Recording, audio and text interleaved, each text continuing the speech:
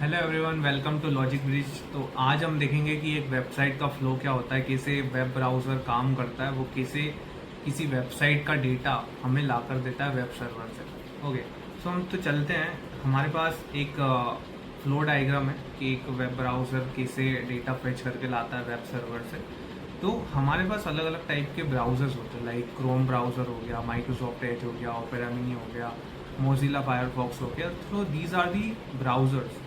हम इसको क्लाइंट भी कहते हैं। अगर हम डेवलपर हैं, हम कोडिंग इंडस्ट्री में हैं, तो हम इसको क्लाइंट कहते हैं। Okay, so web browser is our client. वहाँ पर क्या करते हैं, हमारे पास एक सेक्शन होता है सर्च का, वहाँ यूआरएल हम टाइप करते हैं एंड वो पर्टिकुलर यूआरएल पर हमें क्या मिलता है, एक वेबसाइट मिलती है। उस वेबसाइट पर जैसे हम क्लिक करते हैं तो हमको कुछ डेटा मिलता है। तो वो डेटा हमको कैसे मिल रहा है, तो उसका फ्लो आज हम देखेंगे। फॉर एग्जांपल, हमारे वेब ब्राउज़र है, हमने उस वेब ब्राउज़र पे क्या किया, हमने टाइप किया यूआरएल टाइप किया किसी भी वेबसाइट का। फॉर एग्जांपल, मैंने logicbridge.com का यूआरएल टाइप किया। अब ये यूआरएल क्या होगा, ये यूआरएल डायरेक्टली वेब सर्वर के पास नहीं जाएगा, ये सबसे पहले जाएगा डीएनएस सर्वर के पास। डीएनएस आपने पढ़ा होगा, डीएनएस क्या होता है, डोमेन नेम सिस्टम होता है। ये एक ऐसा सर्वर होता है जहाँ पर डेटा पड़ा होता है सारे डोमेन्स का। सारे domains means domain name server जो है वो आईपी एड्रेसेस को स्टोर करता है। पर वो आईपी एड्रेसेस क्या होते हैं, एक नेम के फॉर्म में होते हैं, ताकि हम उसको इजीली सर्च कर पाएँ वेब ब्राउज़र पर, ताकि हम उसको इजीली रिकॉल कर पाएँ अपनी मेमोरी में। क्योंकि आईपी एड्रेस हम इजीली याद नहीं रख सकते, इसलिए हम उसको एक डोमेन नेम देते हैं। तो उस डोमेन नेम से क्या होता है, उस डोमेन नेम से हम आइडेंटिफाई कर पाते हैं अपने आईपी एड्रेस को, कि उस वेबसाइट का आईपी एड्रेस क्या है, राइट। फिर वो आईपी एड्रेस जब हमको मिल जाता है डीएनएस सर्वर से, देन डीएनएस सर्वर जो है वो रिक्वेस्ट करता है वेब सर्वर को कि इस पर्टिकुलर आईपी एड्रेस पे कुछ रिक्वेस्ट आई है, कुछ डेटा चाहिए। तो वो आईपी एड्रेस पर वो आईपी एड्रेस वेब सर्वर पर पॉइंट होता है।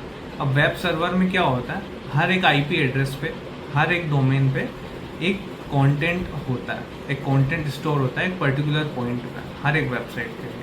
तो वेब सर्वर पर जब भी रिक्वेस्ट जाती है उस आईपी एड्रेस की, तो वो आईपी एड्रेस को लोकेट करता है एंड वहाँ पर जो भी उसका डेटा पड़ा हुआ है वो डेटा लाके क्या करता है, फिर से as a response HTML CSS images और एनी लिंक्स वो एज अ रिस्पॉन्स पास कर देता है वेब ब्राउज़र को। अब एक एग्जांपल लेते हैं कि जैसे आपको ऐसा फॉर्म फिल करना है, राइट। फॉर एग्जांपल, आपको लॉगिन करना है किसी वेबसाइट पे, साइन अप डिटेल्स आपने फिल कर दी उस वेबसाइट की, ठीक है। अब वो क्या करेगा, वो यूआरएल जाएगा डीएनएस सर्वर के पास। डीएनएस सर्वर आइडेंटिफाई करेगा कि इस डोमेन नेम का आईपी क्या है, आईपी एड्रेस क्या है। अब आईपी एड्रेस जब डोमेन नेम सिस्टम को मिल जाता है, वो जाता है फिर वेब सर्वर के पास। वेब सर्वर ढूंढता है कि वो आईपी एड्रेस कहाँ पड़ा हुआ है, वो उस लोकेशन पे जाता है एंड देन जो भी रिक्वेस्ट वो भेज रहा है, क्लाइंट भेज रहा है, वेब ब्राउज़र भेज रहा है, वो कैसी रिक्वेस्ट भेज रहा है कि मेरा डेटा स्टोर करो। मैंने कुछ डेटा भेजा, मुझे साइन अप करना है, मुझे आपकी वेबसाइट यूज़ करनी है, तो मैंने साइन अप किया, वो साइन अप का डेटा आप यूज़ करो, आप स्टोर करो। तो वेब सर्वर में क्या होता है, डेटा स्टोर होता है, डेटा की प्रोसेसिंग होती है, डेटाबेस क्वेरीज चलती हैं एंड डायनामिकली डेटा का कैलकुलेशन होता है, प्रोसेसिंग होती है and after that overall response is send to the web browser, जो कि क्लाइंट साइड को जाता है।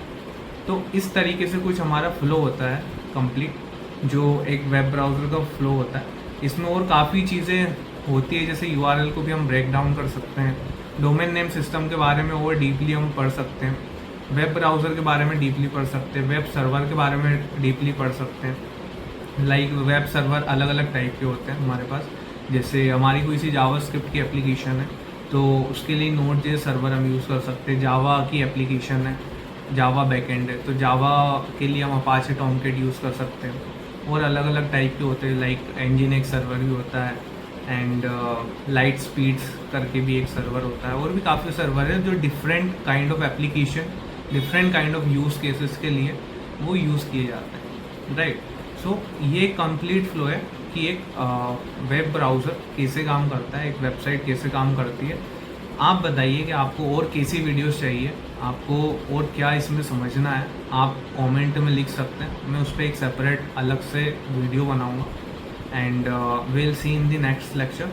बट बिफोर दैट हम ये भी देख लेते हैं कि अगर आपको इंटरव्यू आस्क करता है कि एक वेबसाइट का फ्लो क्या है, तो आप एक फ्लो चार्ट भी बना सकते हैं like this.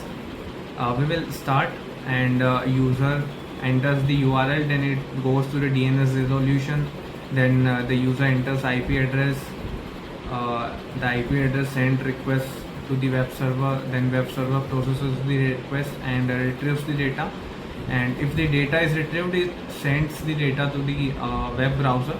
If does not retrieve the data, it sends the error message to the web browser. Okay, so this is all from my side, and don't